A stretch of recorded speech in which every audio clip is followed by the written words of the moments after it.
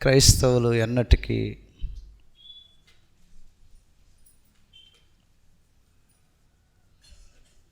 మరవకూడని సంగతులు.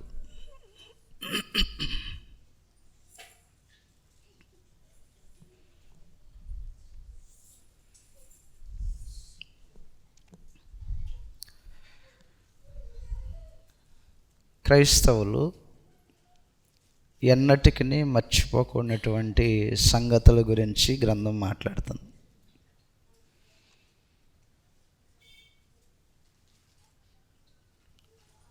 మర్చిపోకూడదు అంటే సహజంగా మర్చిపోవటం అనేది మనుషులు తమ జీవితంలో స్వభావంలో భాగం.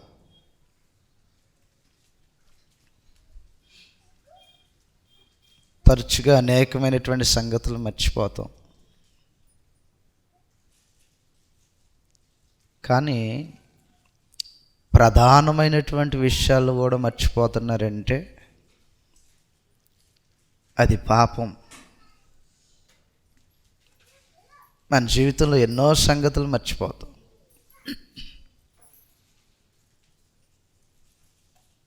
మర్చిపోకూడని సంగతులు కూడా మర్చిపోయేటువంటి అవకాశము అనేక సార్లు ఉంటుంది.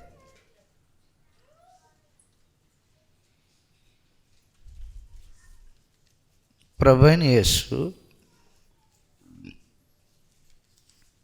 తన యొద్దకు వచ్చినటువంటి శిష్యులు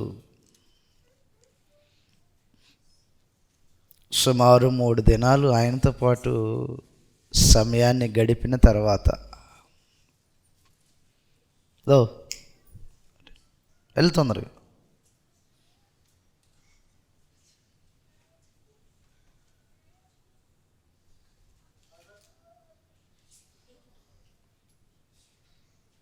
రైట్.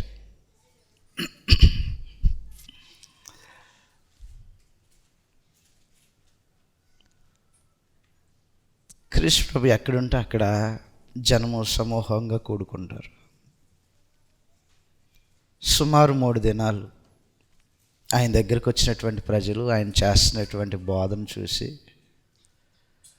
ఆయన ఇంకేం చెప్తాడో అనే ఆలోచనతో 3 దినాలు గడిచిపోయింది. 3 దినాల తర్వాత మరలా వారిని వారి స్వస్థలాలకు పంపించాలని క్రీస్తు ప్రభు ఆలోచన చేశాడు.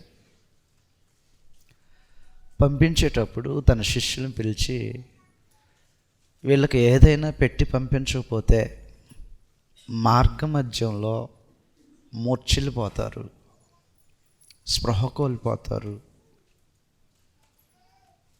దేహాలు అలసిపోయి ఉన్నాయి, వారికి ఏదన్నా పెట్టండి అని ప్రభువుని యేసు సూచిస్తాడు. అంతలో ఆరాటం ఆబ్బట్టలేనటువంటి ఒక మనుషుడు, క్రీస్తు ప్రభు తమతో ఉంటే ఏం చేయగలుగుతాడో గ్రహించలేనటువంటి ఒక వ్యక్తి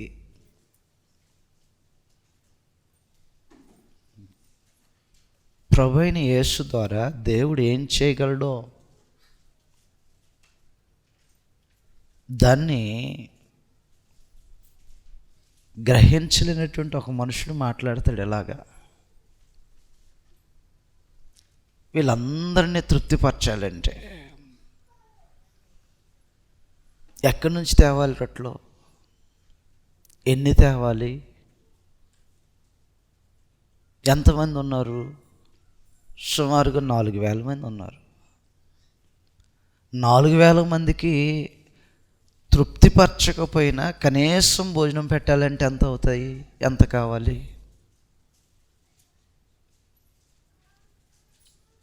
ఈ 2-3 వారాల్లో 2 వివాహాలు ఉన్నాయి. సుమారు ఒక 500-1000 మంది అనుకుంటా. 500-1000 మంది. ఎంత భోజనం సిద్ధపరచాలా? ఒక 500 మందికి 1000 మందికి భోజనం పెట్టాలంటేనే ఎంత సామాగ్రిని సమకూర్చుకుంటే జరుగుతుంది? ఎంత సమయం పడుతుంది దాన్ని సిద్ధపరచడానికి? ఉన్న ఫలానా ప్రభు అయిన యేసు అంటున్నాడు, తన దగ్గరకు వచ్చినటువంటి ప్రజలు 3 దినాలు అయిపోతుంది, భోజనం పెడదాం అంటాడు. మన దగ్గర ఏమున్నాయని ఎంతమందికి భోజనం పెడతారని మాట ఇచ్చేస్తున్నాం అంటున్నారంట. మార్క్స్ వార్త 8వ అధ్యాయంలో మొదటి నుంచి రాయబడినటువంటి సంగతులు చదివితే, తన యొద్దకు విచ్చేసినటువంటి ప్రజలకు భోజనం పెట్టమని క్రీస్తు ప్రభు కోరాడు. 3 రోజులు అవుతుంది వాళ్ళు వచ్చి. చదువుతాం, ఎలాగని రాయబడి ఉంది. మార్క్స్ వార్త 8వ అధ్యాయం మొదటి వచనంలో, ఆ దినములలో మరి ఒకసారి బహుజనులు కూడిరాగా వారికి తిననేమీ లేనందున యేసు తన శిష్యులను తన యొద్దకు పిలిచి 3 దినాల నుండి 3 రోజులు క్రీస్తు ప్రభు దగ్గర ఉంటాం అంటే మామూలు విషయమా? అక్కడ ఏదో జాతర జరుగుతుందంటే 3 రోజులు కాకపోతే 30 రోజులైనా ఉంటారు మనుషులు. ఎక్కడ మొన్న ఇంకా చెప్పాలన్నీ డీటెయిల్డ్గా 3 రోజులు కాకపోతే 30 రోజులైనా ఉంటారు. 3 గంటలు కాకపోతే 30 గంటలైనా ఉంటారు అండి. ప్రతిరోజు 11 గంటలకల్లా నిద్రపోయేవాడు అర్ధరాత్రి 3 అయినా నిద్ర కాగుతాడు. ఎందుకు? అది జాతర, పాపం, దుర్నీతి. క్రీస్తు ప్రభు దగ్గర ఉంటారా 3 రోజులు? దేవుని మాట్లాడటానికి ఉంటారా 3 రోజులు? ఉంటారా? ఈ రోజు నుంచి 3 రోజులు ఇక్కడ ఉండండి, 3 రోజులు ఇక్కడ ఉండండి. అదన్నమాట పరిస్థితి. రైట్, చదువుతాం అన్నమాట. వారికి తిననేమీ లేనందున నేను వారి మీద కనికరపడుచున్నాను. నేను వారిని ఉపవాసముతో తమ ఇండ్లకు పంపివేసిన ఎడల మార్గంలో మూర్చిపోతారు. వారిలో కొందరు చాలా దూరం నుంచి వచ్చి ఉన్నారు కాబట్టి మార్గ మధ్యలో మూర్చెళ్ళిపోతారు. ఏం చేయాలని చెప్తున్నాడు. అందుకు ఆయన శిష్యులు ఈ అరణ్య ప్రదేశంలో ఒకడు ఎక్కడ నుంచి రొట్టెలు తెచ్చి ఆగబట్టలేనాడు అన్నమాట. నిన్ను అడిగాడా? ఆగరు కదా, కొంతమంది ఆగరు. ఆయనేం మాట్లాడుతున్నాడు? అయ్యా 3 రోజులు అయింది నా దగ్గరకు వచ్చి మనుషులు ఏదో ఒకటి పెట్టకపోతే, చాలా దూర ప్రాంతం నుంచి వచ్చారు. ఒకవేళ దగ్గర వాళ్ళు వెళ్ళిపోతారేమో కానీ దూర ప్రాంతం నుంచి వచ్చినటువంటి వాళ్ళతో సమస్య అయిపోతుంది. ఉపవాసంతో పంపించడం నాకు ఇష్టం లేదని అన్నాడు. ఈ మాట విన్నవాడు ఏం చెప్పాలంటే, ప్రభువా ఏం చేద్దాం మరి అని అడగాలి. ఏం చేస్తే బాగుంటుంది? మమ్మల్ని ఏం చేయమంటావు? మనం ఏం చేయగలము? మీరేం చెప్తారో చెప్పండి, అది చేద్దాము. ఈ మనసు ఉండదు. ఫస్ట్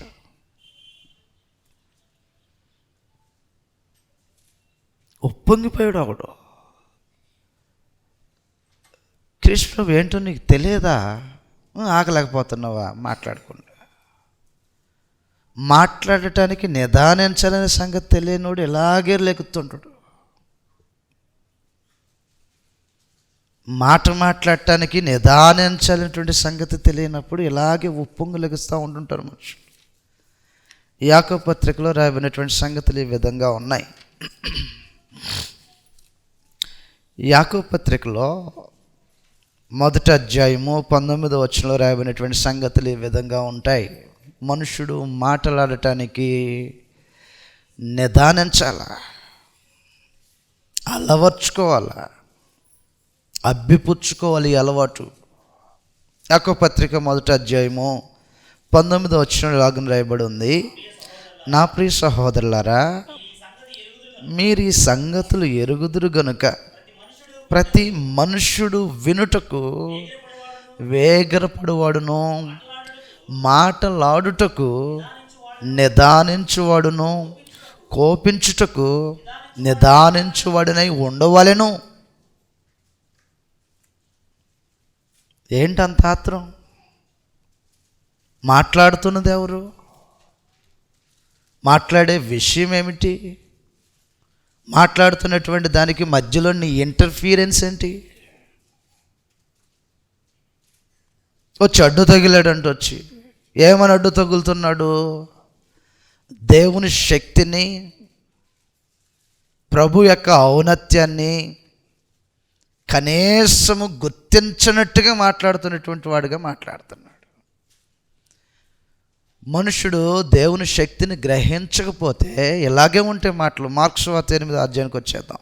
8వ అధ్యాయంలో 4వ వచనంలో, 8వ అధ్యాయం 4వ వచనంలో, అందుకు ఆయన శిష్యులు ఈ అరణ్య ప్రదేశంలో ఒకడు ఎక్కడి నుండి రొట్టెలు తెచ్చునో, ఒకడు ఎక్కడి నుంచి రొట్టెలు తెచ్చి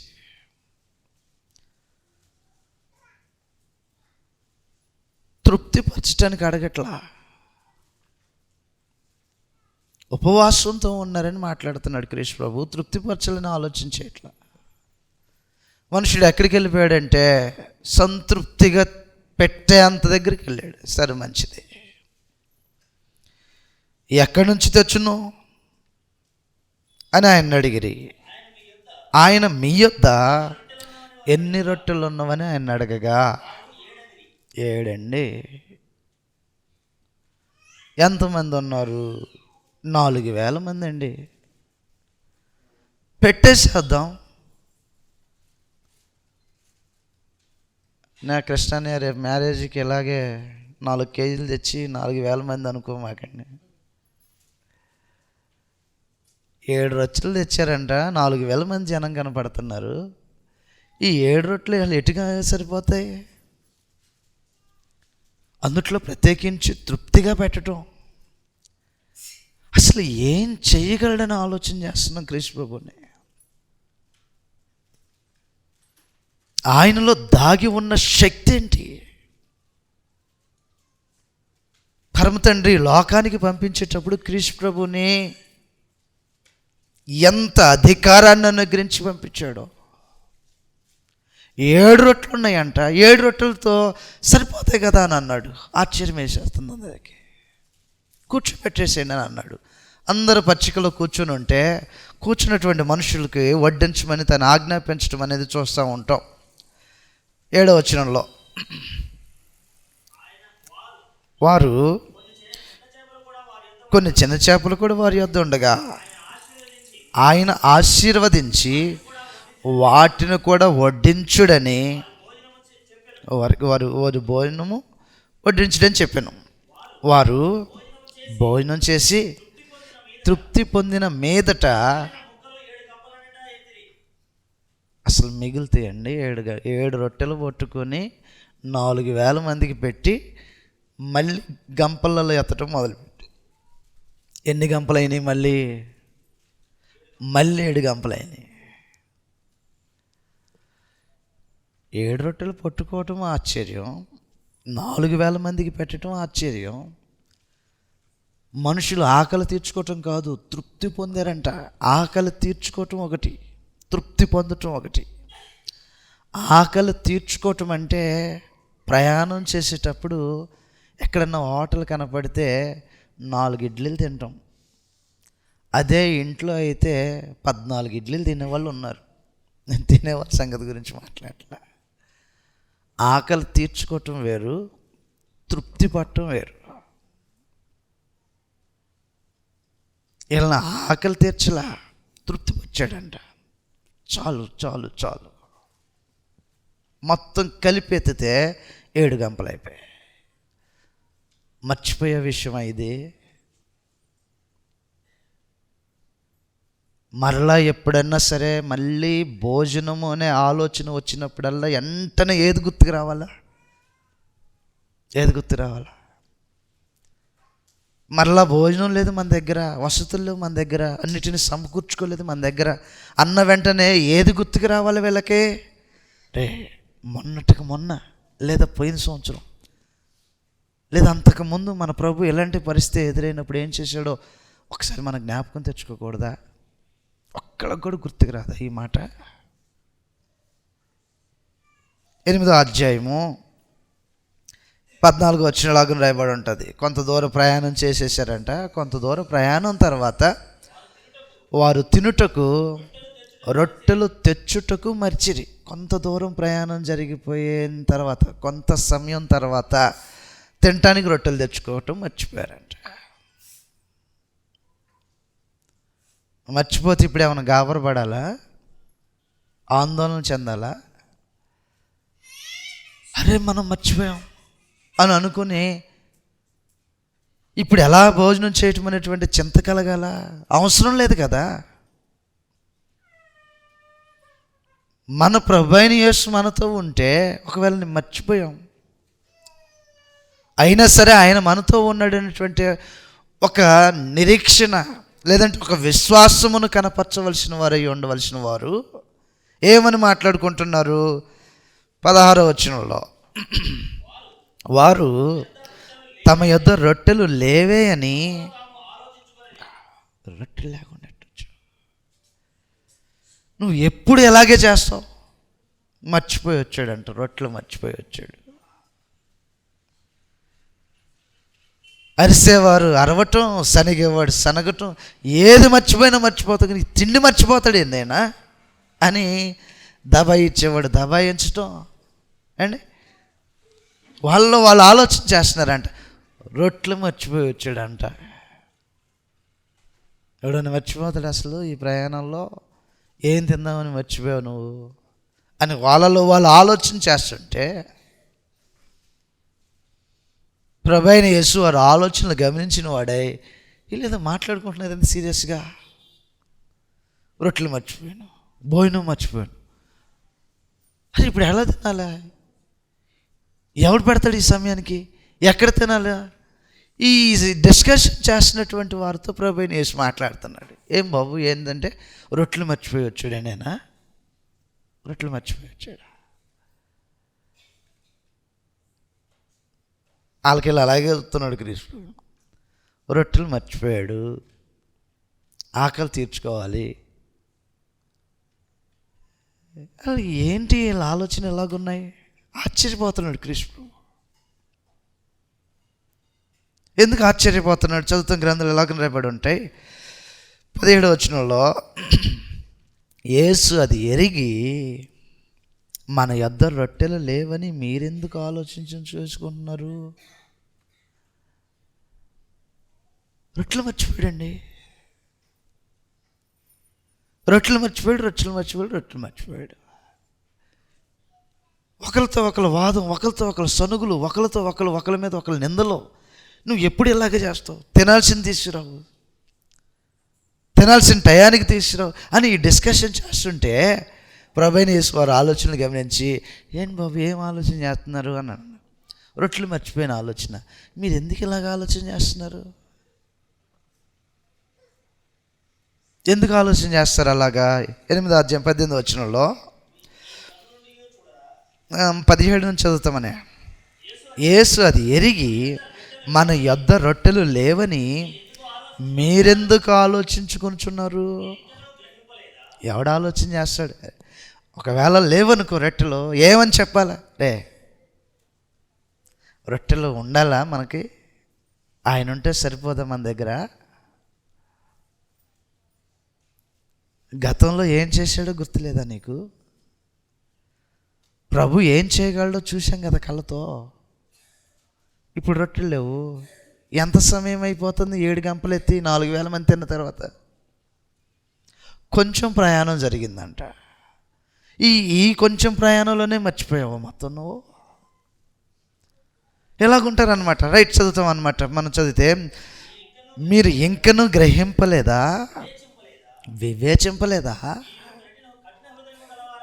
గ్రహించటము, వివేచించటము అనగా ఆలోచించటం.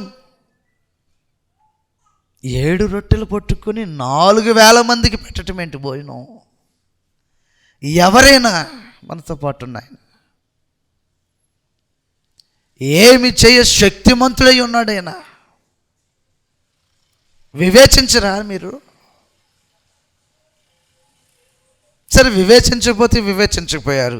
చదువుతాం ఇలాగన, మీరు కన్నులుండి చూడరా, చెవులున్నా వినరా, గుర్తుండదా మీకేమి? మర్చిపోయే సంగతి అది. ఏం పాయింట్ పట్టుకుని మాట్లాడుతున్నాడు కృష్ణరావు, గుర్తుండదా మీకు? మర్చిపోయే సంగతి అది. ఏనాడైనా ఇలాగ జరిగిందా? 7 రొట్టెలు పట్టుకొని 4,000 మందికి భోజనం పెట్టడం. మీ కన్నుల ఎదుట దేవుని కార్యాలు ప్రదర్శించబడుతుంటే వీటిని గ్రహించగలిగేటువంటి మనసు మీకు రాలేదు ఎంతవట్టుకని అన్నాడు. ప్రత్యేకించి ఏమని మాట్లాడుతున్నాడు? నేను ఆ 5,000 మందికి 5 రొట్టెలు విరిచి పంచిపెట్టినప్పుడు మీరు ఎన్ని ముక్కలు ఎన్ని గంపల నిండా ఎత్తిరి అడిగిరి. వారు అదొకప్పుడు, దీనికంటే ముందు 5,000 మందికి భోజనం పెట్టినప్పుడు ఎన్ని గంపలు మిగిలాయి? 12 గంపలు ఎత్తారు కదా. మళ్ళీ రెండో సంగతి, ఆ 4,000 మందికి 7 రొట్టెలు నేను విరిచి పంచిపెట్టినప్పుడు ముక్కలు ఎన్ని గంపల నిండా ఎత్తిరని ఆయన అడగగా, బా చెప్తే కానీ గుర్తుకు రాదు మీకు, చెప్తే కానీ మనసు పెట్టరు. హృదయంలో భద్రం చేసుకోవాల్సినటువంటి విషయాన్ని భద్రం చేసుకోవాల్సినటువంటి వాడు ఊరకనే మర్చిపోతుంటారు. ఒక రోజున 5 రొట్టెలు తీసుకొని 5,000 మందికి పెడితే 12 గంపలు ఎత్తారు. మరొక రోజున 7 రొట్టెలు తీసుకొని 4,000 మందికి పెడితే 7 గంపలు ఎత్తారు.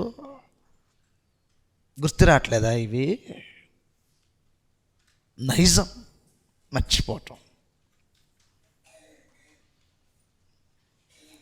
పరిశుద్ధాత్ముడు ఏం కోరుతున్నాడంటే అపోస్తుల చేత, మర్చిపోవద్దు. మర్చిపోయేవాడు కృతజ్ఞత లేకుండా ఉంటాడు. మర్చిపోవద్దు.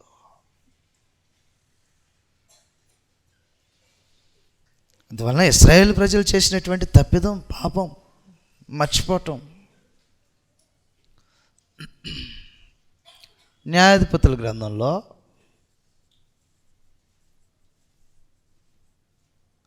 6వ అధ్యాయము మొదటి వచ్చిన లాగున రాయబడి ఉంటుంది సంగతి. ఇశ్రాయేలీయులు యెహోవా దృష్టికి దోషులైనందున యెహోవా 7 ఏండ్లు వారిని మిద్యానీయులకు అప్పగించాడు. దేవుని దృష్టికి దోషులవుతే శిక్షించబడటం గ్యారెంటీ. దోషులను శిక్షించటం గ్యారెంటీ. వదిలిపెట్టడం ఖచ్చితం. మనుషులు దేవుని దృష్టికి దోషులుగా తీర్చబడితే గ్యారెంటీ. ఈ రోజున క్రీస్తు ప్రభు నందు మనుషుల్ని ఎలాగను చూడాలనుకుంటున్నాడు? దోషం లేనటువంటి ప్రజలు. ఎఫెసీయులకు రాసిన పత్రిక 1వ అధ్యాయము 4వ వచనంలో, ఎట్లనగా తన ప్రియుని యందు తాను ఉచితముగా మనకు అనుగ్రహించిన తన కృపా మహిమకు కీర్తి కలుగునట్లు తన చిత్త ప్రకారమైన దయా సంకల్పం చొప్పున యేసు క్రీస్తు ద్వారా తనకు కుమారులుగా స్వీకరించుటకై మనలను ముందుగా తన కోసము నిర్ణయించుకొని మనము తన ఎదుట పరిశుద్ధులమును నిర్దోషులమునై ఉండవలెనని. అందువలన క్రీస్తు ప్రభునందు ఉన్నటువంటి జనము నిర్దోషమైన వారై ఉండాలి. దోషము కనిపించకూడదు ఆ జనంలో. దోషము లేనటువంటి జనులై ఉండాలి. దోషము లేనివారు అలా ఉండాలనే క్రీస్తు చేసినందు ఏర్పాటు. దోషం లేనటువంటి వారుగా ఉండాలని దేవుడు చూస్తున్నాడు. అందువలన క్రీస్తు చేర్చబడినటువంటి మనుషుడు ఏ విషయము చేతనైనా దోష అవుతే తప్పక శిక్ష తప్పదు, తప్పించుకోలేవు, శిక్షను తప్పించుకోలేవు. న్యాయాధిపతుల గ్రంథం 6వ అధ్యాయము, నీ కన్నుల ఎదుట దేవుడు రుజువు పెట్టాడు. దోషం చేసి దోషమును కప్పుకుంటున్నవేమో కానీ ఆ దోషమును దాచిపెట్టేవాడు శిక్షను అందక మానకు. దోషం కప్పుకోకూడదు, దోషము కడిగివేయబడాలా, ఒప్పుకోవాలా, పశ్చాత్తాపం పొందాలా, మారు మనసు పొందాలా, దోషము తొలగించుకోవటానికి ప్రయత్నం చేయాలా. దోషాన్ని దాచేసుకునేవాడు శిక్షణ అందక మానడు. ఏం చేశారు? దోషము. ఇశ్రాయేలు జనాంగము దేవుని విడనాడి పాపం చేస్తుంటే దోషులైపోయారు. పాపం చేసేవాడు దోషాన్ని మూటగట్టుకుంటున్నాడు. ఇది నిజం.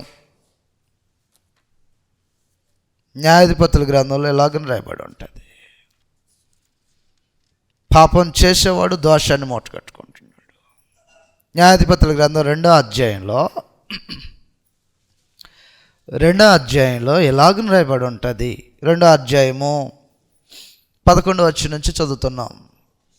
ఇశ్రాయేలీయులు యెహోవా కన్నుల ఎదుట కీడు చేసి ఐగుప్తు దేశంలో నుండి వారిని రప్పించిన తమ పితరుల దేవుడైన యెహోవాను విసర్జించి, అందువలన విగ్రహారాధన ఒక దోషభరితమైనటువంటి కార్యం, బయలుదేవతను పూజించి తమ చుట్టూ నుండి జనుల దేవతలలో ఇతర దేవతలను అనుసరించి వాటికి నమస్కరించి యెహోవాకు కోపం పుట్టించి వారు యెహోవాను విసర్జించి బయలును అస్తరోతును పూజించిరి.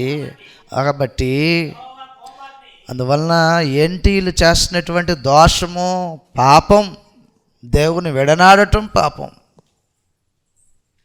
దేవుని విసర్జించి జరిగించేటువంటి పాప సంబంధమైనటువంటి కార్యములను దేవుడు దోషంగా చూస్తున్నాడంట. 6వ అధ్యాయం 1వ వచనంలో మరొకసారి మనం చదువుతాం. ఇప్పుడు ఏంటా దోషము?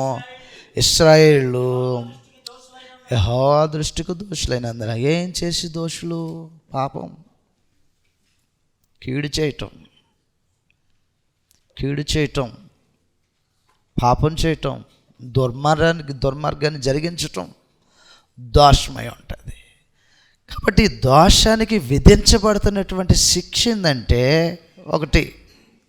6వ అధ్యాయము 2వ వచనంలో, మిద్యానీయుల చెయ్యి ఇశ్రాయేలు మీద హెచ్చైన గనుక వారు మిద్యానీయుల ఎదుట నిలవలేక కొండలున్న వాగులను, గుహలను, దుర్గములను, ఇళ్లల్లో కాదు ఉండేది ఇల్లు, నెమ్మది పోగొట్టుకుంటాడు దోషి.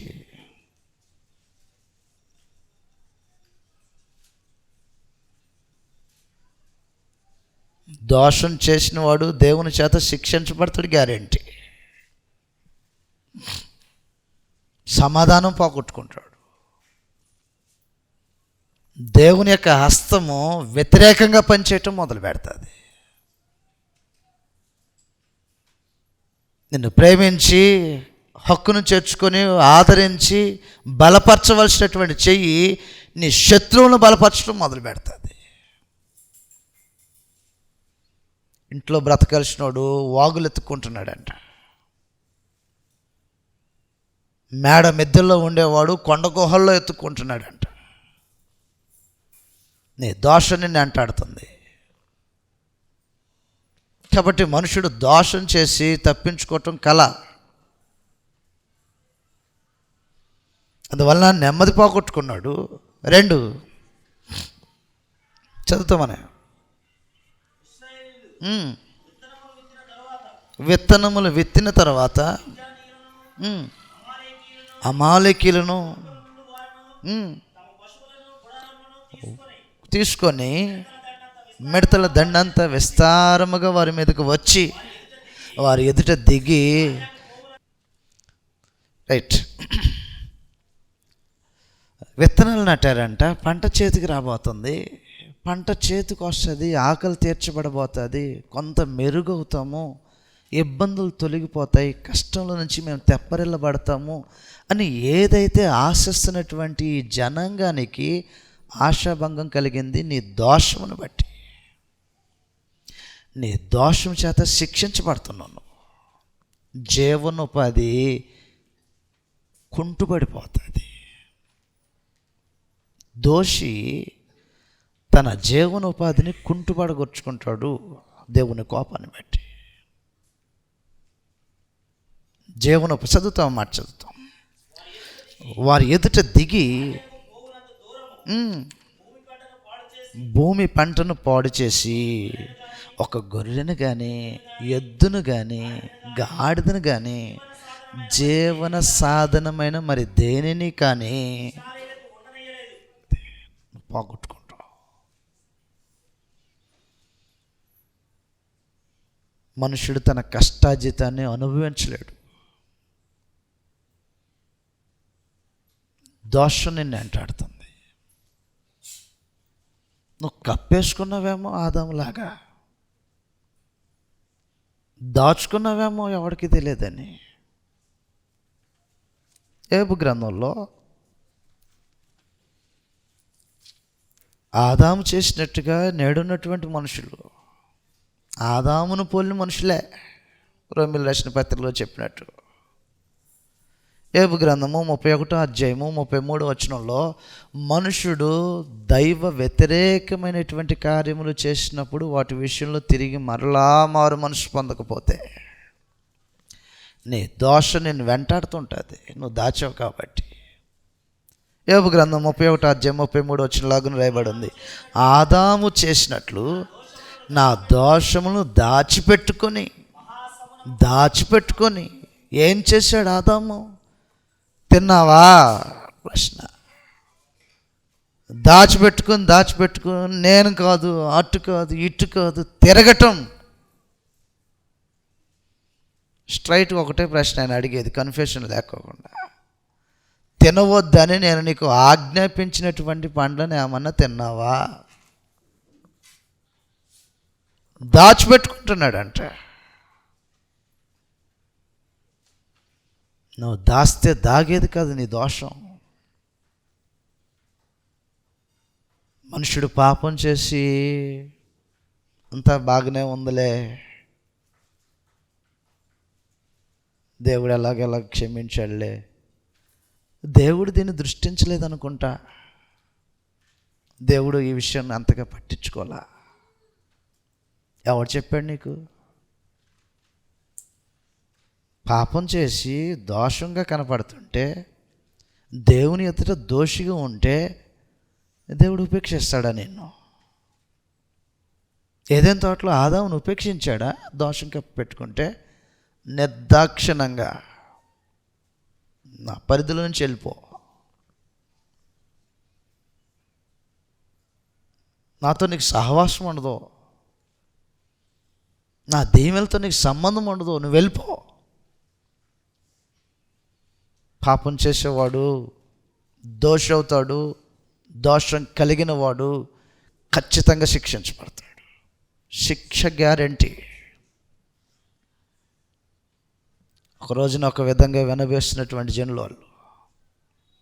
కాబట్టి అలాంటి దోషభరితమైనటువంటి ప్రజలుగా వారు తీర్చబడినప్పుడు పరమ తండ్రి ఏం చేశాడంటే వారి కోసం ఒక న్యాయాధిపతిని నియమించి ఆయన ద్వారా ప్రజలకు నెమ్మది అనుగ్రహించాడంట. ఆయన పేరేమంటే గిద్యోను. 8వ అధ్యాయము న్యాయాధిపతుల గ్రంథము 28వ వచనంలో దోషం చేసినటువంటి ప్రజలు దేవుని శిక్షణ అనుభవిస్తుంటే దేవుడు కనికర సంపన్నుడై ఉండి వారిని మరలా నెమ్మదికరమైనటువంటి స్థితికి తీసుకురావటం కోసం న్యాయాధిపతిని నియమించబడిన న్యాయాధిపతి గిద్యోను. 28వ వచనం చదువుతున్నాం. 8వ అధ్యాయం 28వ వచనంలో 8:28 న్యాయాధిపతుల గ్రంథం.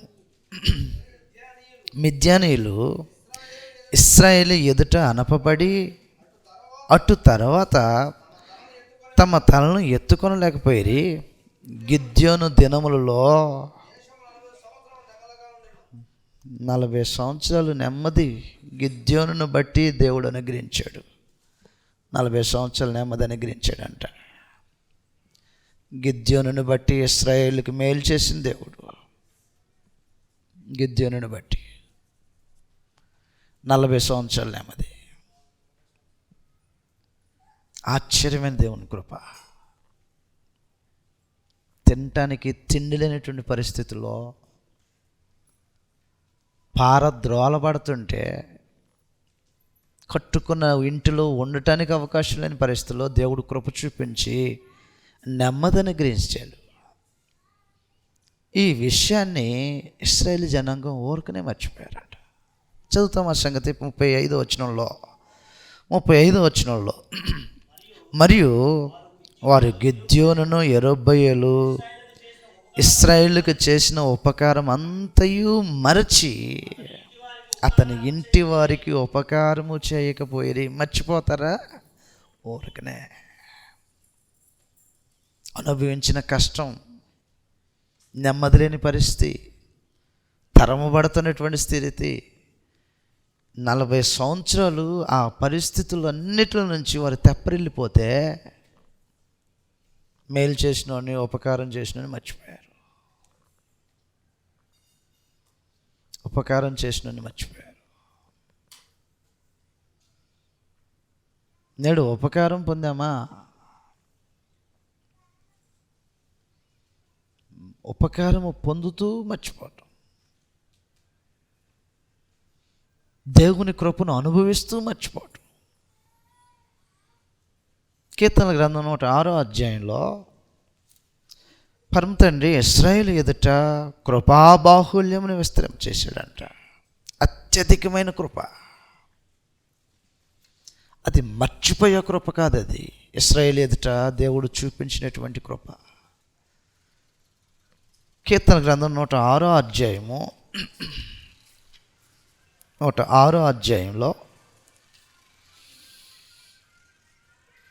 6వ వచనం నుంచి చదువుతున్నాం.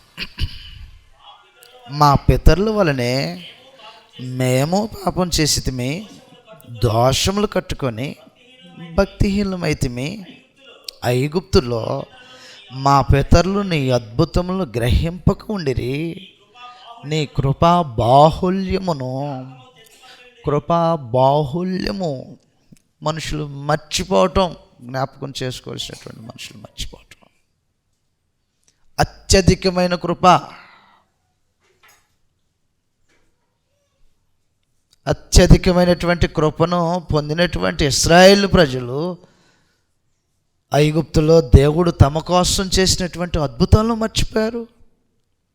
విస్తరించబడినటువంటి కృపను మర్చిపోయారు. అగాధములో మైదానంలో నడుచుకుంటూ పోయారంట. అగాధంలో మైదానం, సముద్ర అగాధంలో మైదానం. 9వ వచనం రాయబడి ఉంది. ఆయన ఎర్ర సముద్రమును గద్దెంపగా అది ఆరిపోయిను, మైదానము మీద నడిచినట్లు. అగాధ జలాల్లో మైదానంలో నడిచినట్టు నడటం అంటే మర్చిపోయేది. అది మర్చిపోయే సన్నివేశమేనా అసలు అది? అగాధ జలములలో, సముద్రం యొక్క అడుగు భాగంలో మైదానంలో నడిచినట్టు నడుస్తున్నారంట. ఏమి ఆశ్చర్యమైనటువంటి దేవుని యొక్క కృప. సముద్రం యొక్క అడుగు భాగంలో మైదానంలో నడుస్తుంటే ఊరికే మర్చిపోయారంట. కింద భాగం మనం చదువుతాం ఈ సంగతులు. 13వ వచనంలో, అయినను వారు ఆయన కార్యములను వెంటనే మర్చిపోవటం, వెంటనే మర్చిపోవటం. పాపం, ఇది పాపం. దేవుడు చేసిన కార్యాలు మర్చిపోవటం పాపం. కృతజ్ఞతాహీనత. ఉపకారం పొందారంట, ఉపకారం చేసినవని మర్చిపోయారు. అందువలన దేవుడు ఏం కోరుతున్నాడంటే, నేడు మన దగ్గర నుంచి నువ్వు మర్చిపోవద్దు, ఏం మర్చిపోవద్దు. క్రైస్తవులు ఎన్నటికీ మర్చిపోకున్నటువంటి సంగతుల గురించి మాట్లాడుతున్నాడు. మర్చిపోకున్నటువంటి విషయాలు. పూర్వ పాపమునకు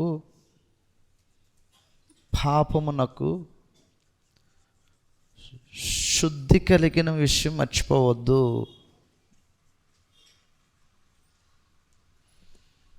పూర్వ పాపమునకు శుద్ధి కలిగింది. ఉపకారం చేశాడు దేవుడు నీకు. క్రీస్తు యేసును లోకానికి పంపించి ఆయన బలియాగం ద్వారా మానవాళి యొక్క పాపములు తొలగించాలని సంకల్పించినట్టుగా దేవుడు నీకు ఉపకారం చేశాడు. ఎఫెసీయులకు రాసిన పత్రికలో క్రీస్తు యేసును లోకానికి పంపించి చేసినటువంటి ఉపకారం ఇది. నువ్వు మర్చిపోతావా? మర్చిపోయే పనేనా ఇది? మర్చిపోయే కార్యమా ఇది? ప్రభువైన యేసు తన శిష్యులను అడిగినట్టుగా, ఒకప్పుడు ఎన్ని గంపలు ఎత్తారు? 12. మరొకప్పుడు ఎన్ని గంపలు ఎత్తారు? 7. మర్చిపోయారా?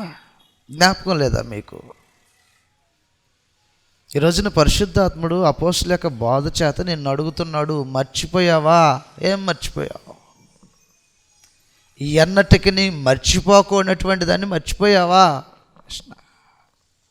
ఏంటది అన్నటికీ మర్చిపోకూడదు. ఎఫెసీయులకు రాసిన పత్రిక 2వ అధ్యాయంలో 4-5 వచ్చిన భాగాల్లో రాయబడినటువంటి సంగతులు ఈ విధంగా ఉన్నాయి. అయినను దేవుడు కరుణా సంపన్నుడై ఉండి మనము అపరాధముల చేత చచ్చిన వారమై ఉండినను సహితము మన ఎడలు చూపిన తన మహాప్రేమ చేత మనలను క్రీస్తుతో కూడా బ్రతికించెను.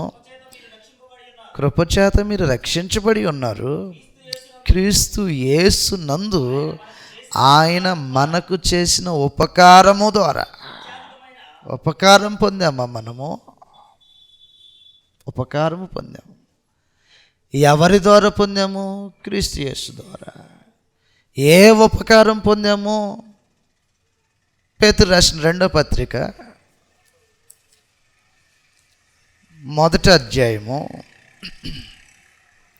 పేతురు రాసిన 2వ పత్రిక 1వ అధ్యాయము 9వ వచనంలో ఇలాగని రాయబడి ఉంది, ఇవి ఎవనికి లేకపోవునో వాడు తన పూర్వ పాపములకు శుద్ధి కలిగిన సంగతి మర్చిపోతారా?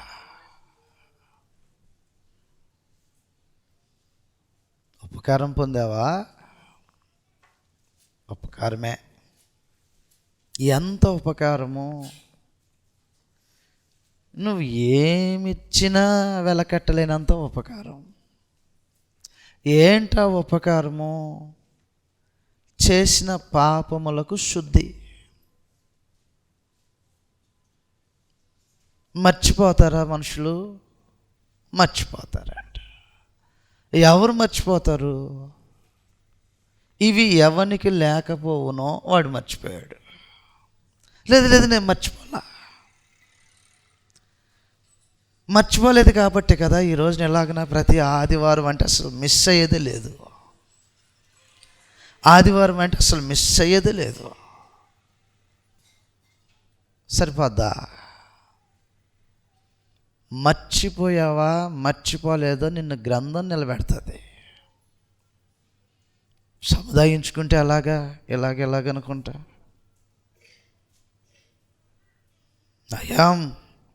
I am okay. నా అంతటి నేను సముదాయించుకొని మీ అంతటి మీరు సముదాయించుకుంటే ఎలా? ఎన్నటికీ మర్చిపోకూడనటువంటి ఉపకారము క్రీస్తు యేసు ద్వారా దేవుడు చేస్తే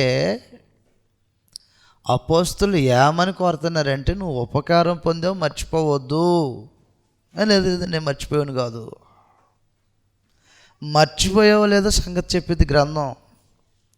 ఎలా చెప్పేది గ్రంథం? 4వ వచనం నుంచి చదివితే అర్థమవుద్ది. పేతురు రాసిన 2వ పత్రిక 1వ అధ్యాయము 4వ వచనం నుంచి చదువుతాం. ఆ మహిమ గుణాతిశయమును బట్టి ఆయన మనకు అమూల్యములను అత్యధికములైన వాగ్దానములను అనుగ్రహించి ఉన్నాడు. దురాశను అనుసరించి నడుచుకున్నట్టు వలన లోకమందున్న భ్రష్టత్వమును ఈ వాగ్దానం మూలముగా మీరు తప్పించుకొని దైవ స్వభావమునందు పాలివారు అగునట్లుగా వాటిని మనకు అనుగ్రహించును. ఆ హేతువు చేతనే మీ మట్టుకు మీరు పూర్ణ జాగ్రత్త గలవారై మీ విశ్వాసము నందు. ఎవడు మర్చిపోలేదు, నేను మర్చిపోలా. క్రీస్తు యేసు చేత చేసినటువంటి ఉపకారం మర్చిపోయేదా? అది నేను మర్చిపోలేదు అంటారు కదా. ఎవరు మర్చిపోలేదు అంటున్నాడంటే, ఒకటి విశ్వాసమునకు అమర్చుకోవలసినటువంటి అమరికల గురించి మాట్లాడుతున్నాడు. ఏంటది? ఒకటి విశ్వాసమునందు సద్గుణం.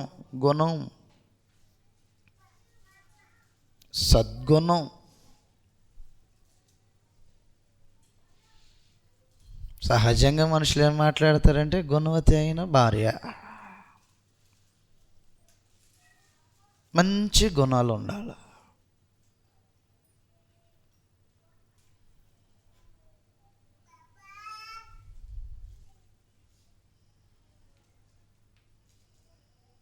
జగడగొండి గుణవతి అయినది అవుతుందా? గుణవతి అయిన భార్య అవుతుందా? గ్రంథంలో చెప్పిన మాట. జగడగొండి అని మాట్లాడాడు. గుణవతి అవుతుందా? అవుద్దా? జగడగొండి గుణవతి అవుతుందా?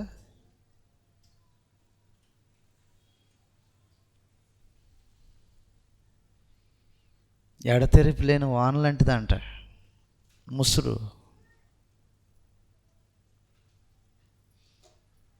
గుణవతి అయిన భార్య అంటే ఏం చెప్తాము గ్రంథంలో? ఏ గుణాలు ఉంటే గుణవతి అంటారు? క్రైస్తవుడికి అవసరం లేదా సద్గుణాలు? విశ్వాసమునకు చేర్చబడవలసినటువంటి అమరికల గురించి మాట్లాడుతున్నాడు. ఏంటంటే, మీ విశ్వాసం ఒక్కటే కాదు, నేను దేవుణ్ణి నమ్మా, క్రీస్తు ప్రభునందు విశ్వాసం ఉంచా, బాప్తీసం పొందాం, ఆరాధన చేసుకుంటున్నాం, సరిపోతుందా? దానికి అమరికలు చేయాల్సినటువంటి అవసరం ఉంది. ఏంటది? ఒకటి సద్గుణము, 2 జ్ఞానముతో ఉన్నటువంటి వారు, 3 ఆశానిగ్రహం, సెల్ఫ్ కంట్రోల్, ఆశానిగ్రహం కలిగి ఉండాలి. 4 సహనం కలిగి ఉండాలి మనుషుడు. 5 భక్తి. 6 సహోదర ప్రేమ.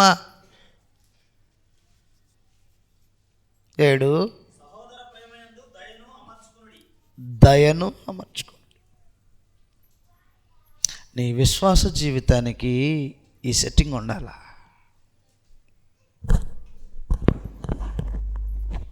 ఎన్ని సంగతుల గురించి మాట్లాడుతున్నాడు?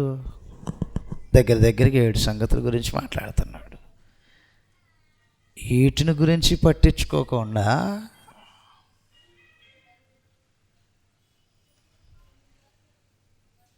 ఏ మనుషుడైతే భ్రమలో బ్రతుకుతున్నాడో, మర్చిపోయావు. ఏం మర్చిపోయావు? పూర్వ పాపములకు శుద్ధి కలిగిన సంగతి మర్చిపోయావు. ఇప్పుడు చదువుతాం, మనకు అర్థమవుతుంది. 9వ వచనంలో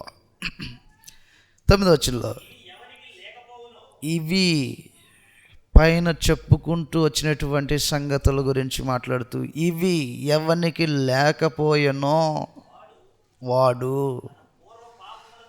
పూర్వ పాపములకు శుద్ధి కలిగిన సంగతి మర్చిపోయి గుడ్డోడయ్యి కాళ్ళ ముందే తప్ప నిత్యత్వాన్ని ఆలోచన చేయట్లా. కాళ్ళ ముందు ఆలోచన చేస్తావు అంతే. నీకొక నిరీక్షణ కానీ, పొందబోయే స్వాస్థ్యం మీద ఆశ కానీ, పొందబోతున్నటువంటి మహిమలో పాలి కానీ, వీటి గురించి ఆలోచన చేయవు. పూర్వ పాపాలకు శుద్ధి కలిగినటువంటి సంగతి ఎవడు మర్చిపోతాడు? మర్చిపోయే సంగతి అది. ఇశ్రాయేలు జనాంగము అగాధ జలములలో మైదానంలో నడుచుకుంటూ పోయి మర్చిపోయారంట. ఉపకారము చేసినటువంటి గిద్యోనును మర్చిపోయినట్టుగా క్రీస్తు యేసు ద్వారా ఉపకారం పొందినటువంటి మనము,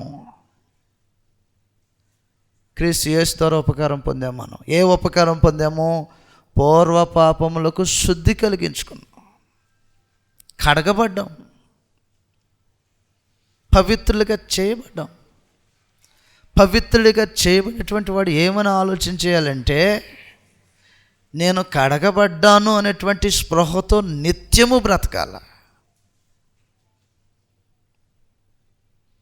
పసిబిడ్డల్ని చక్కగా, బిడ్డల్ని ఇప్పుడు ఈ వయసులో ఉన్నటువంటి బిడ్డల్ని చక్కగా స్నానం చేయించి మంచి మంచి బట్టలు వేసి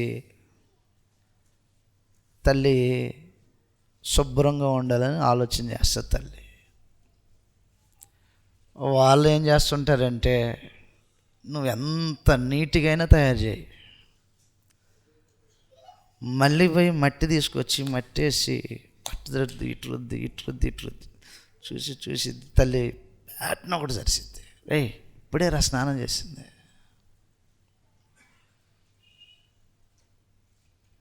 ఏం ఆలోచన చేసింది తల్లి? ఇప్పుడే శుద్ధి చేయబడ్డావు. శుద్ధి చేయబడిన వాడు మళ్ళీ పోయి పులుపుకోవటం ఏంటి? నేను కడగబడ్డా అనే నీకు స్పృహ ఉంటే ఏమని ఆలోచన చేస్తావు? వీటన్నిటినీ జీవితానికి అమర్చుకొని లోక మాలిన్యం తనకు అంటుకోకుండా ప్రతిదానికి ప్రయత్నం చేస్తాడు. ఒకవేళ అంటిందనుకో, వెంటనే వాష్ చేసేస్తాడు. వస్త్రం, ఉతకబడిన వస్త్రం ఇది,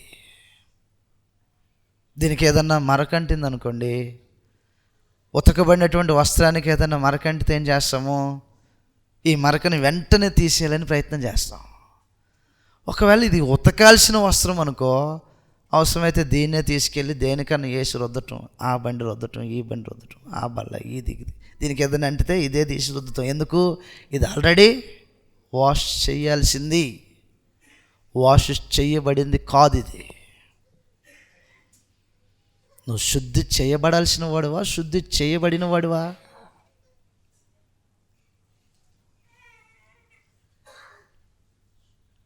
శుద్ధి చేయబడిన వాడివి. శుద్ధి చేయబడిన వాడు ఎలాగుండాలా? అనుకోకుండా మరక అంటితే అంటిన మరక వెంటనే తుడుచుకోవటానికి ప్రయత్నం చేయాలి. అది ఎవరు చేస్తారు? ఈ స్పృహోన్నోళ్ళు చేస్తారు. పూర్వ పాపములకు శుద్ధి చేయబడింది నాకు అనే భావన నీ హృదయంలో మాటి మాటికి జ్ఞాపకం వస్తుంటే మర్చిపోయావనుకో, గుడ్డితనం. అదే కదా మాట్లాడింది గ్రంథంలో. గుడ్డోడు ఎవడో? కళ్ళు లేనోళ్ళ. మళ్ళీ ఒకసారి చదువుతాం 9వ వచనంలో, పేతురు రాసిన 2వ పత్రిక 1:9 వచనం. ఇవి ఎవనికి లేకపోవునో వాడు తన పూర్వ పాపములకు శుద్ధి కలిగిన సంగతి మర్చిపోయి గుడ్డివాడును, దూరదృష్టి లేనివాడు. ఇక్కడ ఎవరు గుడ్డోళ్ళు లేరనుకుంటున్నా నేను. మేము లేము అని అంటారు ఎవరన్నా? మేము లేము అంటే అర్థం ఏంటి? మేము ఉన్నాం అని అర్థం కదండి. ఒకప్పుడంట కోర్టులోకి ఒక ఆయన తీసుకెళ్ళి మా సార్ చెప్పేవాడు ఈ మాట. ఏదో ఒక పుస్తకం మీద పెట్టి, రే ప్రమాణం చేసి చెప్పరా, అంతా నిజమే చెప్తా, అబద్ధం చెప్పను అని ప్రమాణం చేయమన్నాడంట. కోర్టు కదా, రూల్స్ ప్రకారంగా చేయబెట్టి అంతా నిజమే చెప్తా, అబద్ధం చెప్పనన్నాడా? అది కూడా కొద్ది చెప్తానంటున్నాడా?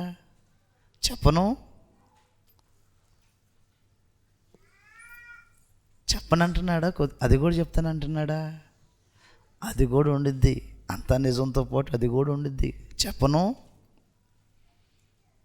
ఎవరైనా అంటుంటారు కదా సహజంగా, అమ్మ వస్తావా రావా అంటే, నేను రాను అంటే రానని కదా అర్థం, నేను కూడా వస్తా.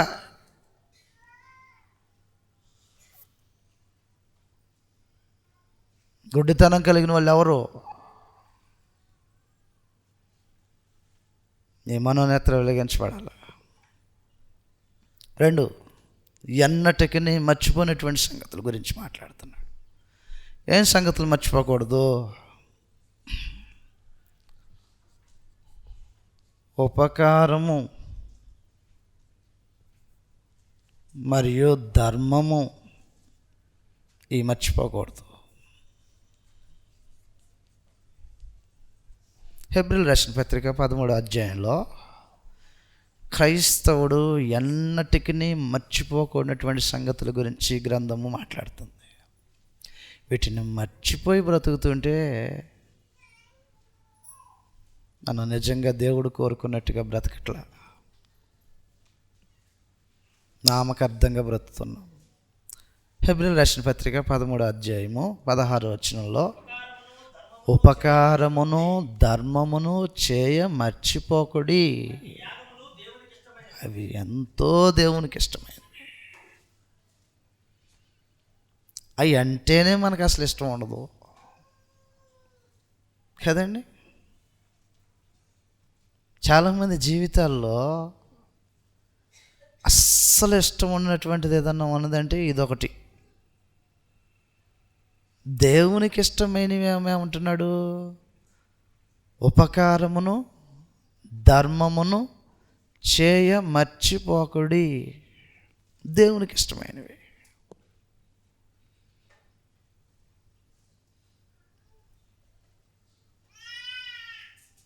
కాబట్టి ఉపకారము అనేటువంటి సంగతి గురించి అనేకమైన సంగతులు అనేక విధాలుగా మాట్లాడాలి. ఇప్పుడు ఆ సంగతులన్నింటినీ ఆలోచించే ఇట్లా ఉపకారము, మంచి చేయటము,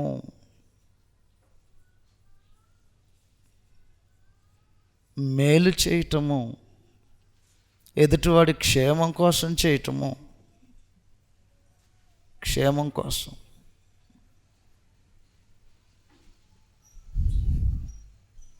ఉపకారం అనే దాంట్లో ఉపకార ద్రవ్యము అని కూడా మాట్లాడాడు గ్రంథంలో. కరువులో ఉన్నటువంటి సహోదరులకు, క్రీస్తు యేసునందు ఉన్నటువంటి మనుషులకు సహాయం పంపించడానికి ఉపకార ద్రవ్యము అనేది కూడా వాడాడు. ఇప్పుడు ఆ విషయాన్ని గురించి ఆ యాంగిల్ ఆ విషయాన్ని ఆలోచించేట్లా మరొక సంగతి ఆలోచించేస్తున్నాం. ఉపకారం అంటే ఉపకారమును ధర్మమును మర్చిపోకుడి. ఉపకారము అనగా మంచి చేయటం, మేలు చేయటం, ఎదుటివాని యొక్క క్షేమమును కోరి చేయటం.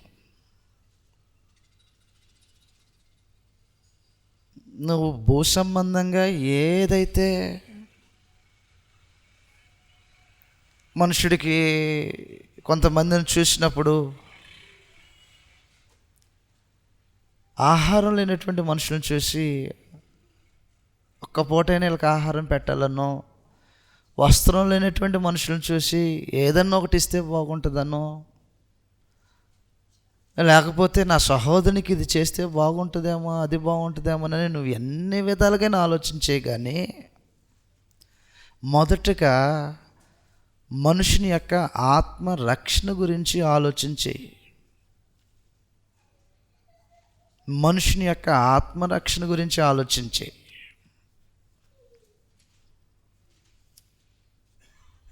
సహోదరులను చూసినప్పుడు ఎవరైనా మన ఇంటి పక్కన చూసినటువంటి మనుషులు కానీ సమాజంలో కానీ ఖచ్చితంగా నీ హృదయంలో ఏదైనా చేస్తే వీళ్ళకి ఏదో ఒకటి చేస్తాం ఇష్టపడి. లోపల మనసంతా కరిగిపోయి ఖచ్చితంగా వీళ్ళకి ఏదో ఒకటి చేయాలనేటువంటి తపన కలిగిద్ది కదా. దేవుడు కోరుతున్నాడు నువ్వు మంచి చేయాలని. భూ సంబంధమైనటువంటి అవసరతల కంటే అతి ప్రాముఖ్యంగా చేయవలసింది ఏంటంటే ఆ మనుషుడికి పాపక్షమాపణ ఎలాగను కలుగుతుంది. మత్తయి సువార్త 9వ అధ్యాయం. ప్రభువైన యేసు దగ్గరికి ఒక రోజున పక్షవాయువు కలిగినటువంటి మనుషుని తీసుకొచ్చారు. ఆరాటపడుతున్నారు ఆయన తీసుకొచ్చిన వాళ్ళు. పక్షవాయువు కలిగిన వాని యొక్క స్థితి ఎంత దయనీయంగా ఉంటుందో జాలి పడుతున్నారు. అరే ఏంట్రా వీడు ఎలా అయిపోయాడు, ఇక ఏదో ఒకటి చేయాలా, ఏదో ఒకటి ఇవ్వాలా, నాకు చేతనే సహాయం చేయాలా, నేను ఏం చేస్తే వీనికి కొంచెం సహకరించినట్టుగా ఉంటానని కొంతమంది తలంచి క్రీస్తు ప్రభు దగ్గర తీసుకొచ్చారు. ఎత్తుకొని తీసుకొచ్చారంటే ఎలాగనో తీసుకొచ్చారు. చదువుతున్న గ్రంథంలో 9వ అధ్యాయం 1 నుంచి. తర్వాత ఆయన ధోని ఎక్కి సముద్రము దాటి తన పట్టణంలో ప్రవేశింపగా ఇదిగో జనులు పక్షవాయువుతో మంచము పట్టి ఉన్న ఒకనిని. మరొక సంగతి ఎలాగనో మాట్లాడతాడంటే సువార్తలో పై కొప్పు ఓడదీసి కిందకు దించారని మాట్లాడతాడు.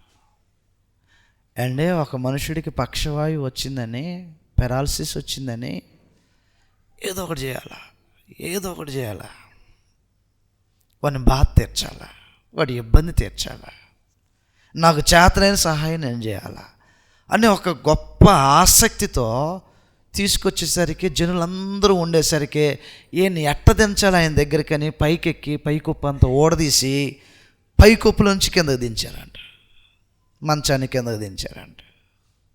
ఏం తపన పడుతున్నారు, ఏం ఆలోచన చేస్తున్నాడు దించేవాడు, లోపల దించేవాడు? ఖచ్చితంగా వీనికి ఏదో ఒక రకంగా సహాయం చేయాలి, నా వంతునేమో. ఆయన ఏం చేస్తాడో నాకు తెలియదు, క్రీస్తు ప్రభు ఏం చేస్తాడో నాకు తెలియదు, నేనేం చేయాలా? ఖచ్చితంగా ఆయన దగ్గర తీసుకెళ్ళాలా. వీని బాధ చూసి మనసు కరిగిపోయి మేలు చేయాలన్నటువంటి తపనతో కొంతమంది మనుషులు తీసుకొచ్చి పెట్టారంట. రోగం ఉన్నవాడిని తీసుకొచ్చి పెడితే క్రీస్తు ప్రభు ఏమంటున్నాడంటే, నాయన రోగం కంటే ముందు పాపం పోవాలా.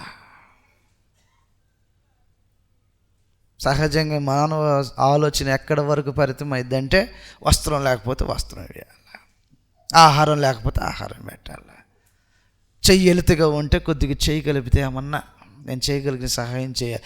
ఇదే చేస్తున్నావు కానీ వాని ఆత్మరక్షణ కొరకు ఆలోచన చేస్తున్నావా?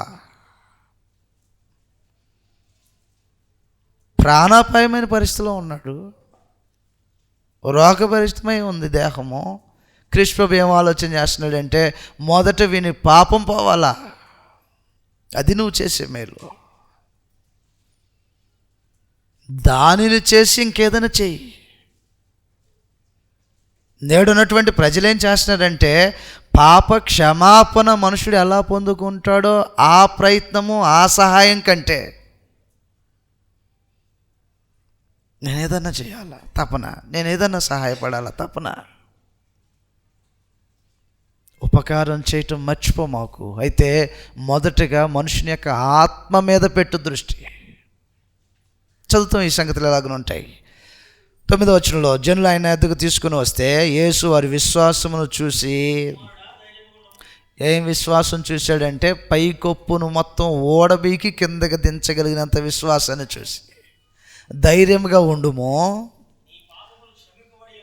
నీ రోగం పోయేది గ్యారెంటీ, దానికి నేను గ్యారెంటీ అన్నాడు. అలాగా నీ రోగం పోయిద్ది, నేను గ్యారెంటీ. ఫస్ట్ ఏం ఎక్స్పెక్ట్ చేసి ఉంటాడు తీసుకుపోబడినోడు? తీసుకొచ్చిన వాళ్ళు కూడా ఏం ఆలోచన చేసి ఉంటారు? ఆయన దగ్గర తీసుకెళ్తే రోగం పోయిద్ది, రోగం పోయిద్ది, రోగం పోయిద్ది. రోగం పోయిద్ది గ్యారెంటీయే, మొదటగా పాపం పోవాలా. ఉపకారం చేయటం మర్చిపో మాకు. అయితే అది ఆత్మ సంబంధమైనటువంటి మొదటి దృష్టి. ఫిలిప్పీయులకు రాసిన పత్రిక 1వ అధ్యాయంలో ఈ సంగతులు చదివి మనం ముగించేపోతున్నాం. ఫిలిప్పీయులకు రాసిన పత్రిక 1వ అధ్యాయము 3వ వచనంలో లాగున రాయబడి ఉంది. ఫిలిప్పీయులకు రాసిన పత్రిక 1వ అధ్యాయం 3వ వచనంలో, మొదటి దినము నుండి ఇది వరకు సువార్త విషయంలో మీరు నాతో పాలివారై ఉండటం చూసి. ఏ విషయంలో పాలివారు? సువార్త విషయంలో పాలివారు. ఎప్పటి నుంచి? మొదటి నుంచి. సువార్త ప్రకటన కొరకు స్థానిక సంఘము చేస్తున్నటువంటి అద్భుతమైనటువంటి సహకారము కొనియాడబడుతుంది ఆ స్థలంలో. ఆ సహకారమును, ఆ పనిని అపోస్తులు ఏమని మాట్లాడారంటే, ఇది సత్క్రియ, మంచి పని, గొప్ప పని. చదువుతాం ఇప్పుడు ఇలాగన. పాలువారి ఎండు చూసి మీలో ఈ సత్క్రియ. ఏంట సత్క్రియ? సువార్త ప్రకటన అనే సత్క్రియ. ఏం చేస్తుంది సువార్త? జీవమును, అక్షయతను వెలుగులోనికి తీసుకొస్తుంది సువార్త. జీవం లేనివాడికి జీవము, చనిపోయినటువంటి వాడిని బ్రతికించటము సువార్త చేసే పని. తిమోతి రాసిన 2వ పత్రిక 1వ అధ్యాయం 9వ వచనం నుంచి మనం చదివితే, ఆ సువార్త వలన అక్షయతను, జీవమును వెలుగులోనికి తీసుకొచ్చాడు. స్వార్థ జీవం లేనివాడికి జీవము, అక్షయతను మనుషులకు అనుగ్రహిస్తుంది.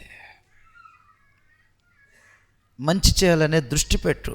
అయితే స్వార్థ ప్రకటన అనే దాని మీద మొదట, ఆ తర్వాత వస్త్రం, ఆ తర్వాత ఆహారం, ఆ తర్వాత నువ్వు చేయాల్సిన పని, ఆ తర్వాత ఇంకేదైనా. ఎంతవాటికి మన ఆలోచనలన్నీ ఎలాగుంటాయంటే, నేనేదో చేయాలి, సహాయం చేయాలి, తోడుకోవాలి, తోడ్పాటు అందించాలి, మంచిది, ఇవన్నీ చేయటం మంచిది.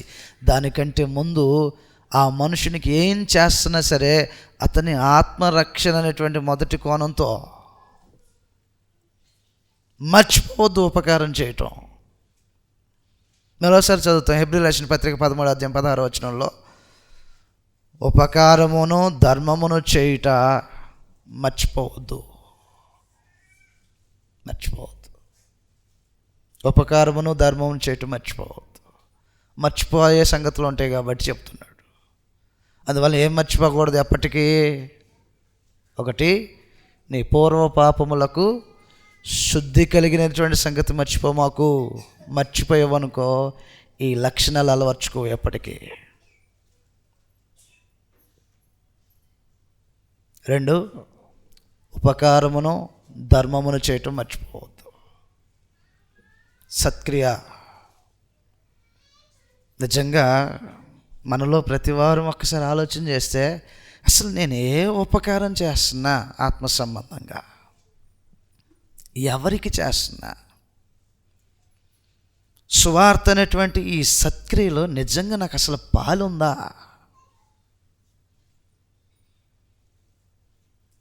ఎంతమంది చేశారు మీరు? ఏ విధంగా చేశారు మీరు? సువార్త ప్రకటనలో ఎలా పాలివారై ఉన్నారు మీరు? మర్చిపోయారా ఇది చేయటం? మరవాల్సిన సంగతి అది. కాబట్టి మర్చిపోకూడని సంగతులు ఉన్నాయి గ్రంథంలో. అందువలన దయతో మీరు మర్చిపోవద్దు. ఒక రోజున ప్రభువైన యేసు తన శిష్యులని మొహమాటం లేకుండా అడిగాడు, మర్చిపోయారు ఎంతలోకే అని అన్నాడు. నిజంగా అదే మాట మనల్ని అడిగితే ఎంత కోపం వస్తుందో. ఆ రోజున 5,000 మందికి పెట్టినప్పుడు ఎన్ని గంపలు ఎత్తారని అన్నాడు. 12 అని అన్నారు. ఆ రోజు 4,000 మందికి భోజనం పెట్టినప్పుడు ఎన్ని గంపలు అన్నాడు. 7 అన్నారు. మర్చిపోతారు ఇలాగా మీరు? మర్చిపోవటం. అందువలన ఉపకారం చేసినటువంటి వాడిని మర్చిపోకూడదు. మీతో ఆలోచన చేసి మనం మర్చిపోకుండా పూర్వ పాపముల విషయంలో శుద్ధి, మనం కడగబడ్డం అనే స్పృహతో బ్రతుకుతుంటే ఏ మరక మచ్చ డాగు ఏదున్నా అది పడిన వెంటనే కడిగేసుకోవాలని ప్రయత్నం చేస్తాం. అది ముడతైనను కలంకమైనను అట్టిది మరి ఏదైనను లేకోకుండా తన ఎదుట నిర్దోషమును నిష్కలంకముగాను నిలవబెట్టుకొనుట కొరకు మనం పిలువబడ్డాం. దోషాన్ని దాచిపెట్టుకొని కప్పెట్టుకొని ఎవడికి తెలియదనుకుంటే శిక్ష గ్యారంటీ. వదలడు దేవుడు. నీ మనస్సాక్షి ఏ విషయంలోనైనా నేను దోషారోపణ చేసి దోషిగా నిలబెట్టిందా విను. సముదాయించుకొని దాచేస్తున్నావా? ఆదాము దాచేసినట్టు ఎవరికి కనపడదులే అని ఎవరికి ఎక్కడెక్కడ దాచేసి శిక్ష గ్యారెంటీ. నెమ్మది పోగొట్టుకుంటావు,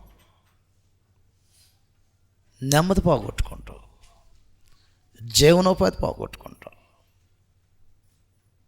అన్ని విధాలుగా దేవుని యొక్క హస్తం వ్యతిరేకంగా నిలబడి పనిచేయటం మొదలు పెడుతుంది. కారణం నీ దోషం నేను వెంటాడుతుంది.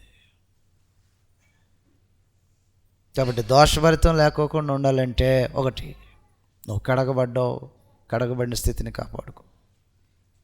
రెండోది, ఉపకారం చేయటం మాత్రం మర్చిపోవద్దు. అలాగన మీరు ఈ కార్యాల్లో దేవుడు కోరుకున్నట్టుగా ఎదగాలని మీకు ప్రేమతో మనం చేస్తూ ముగించేస్తున్నాం. అందరికీ వందనాలు.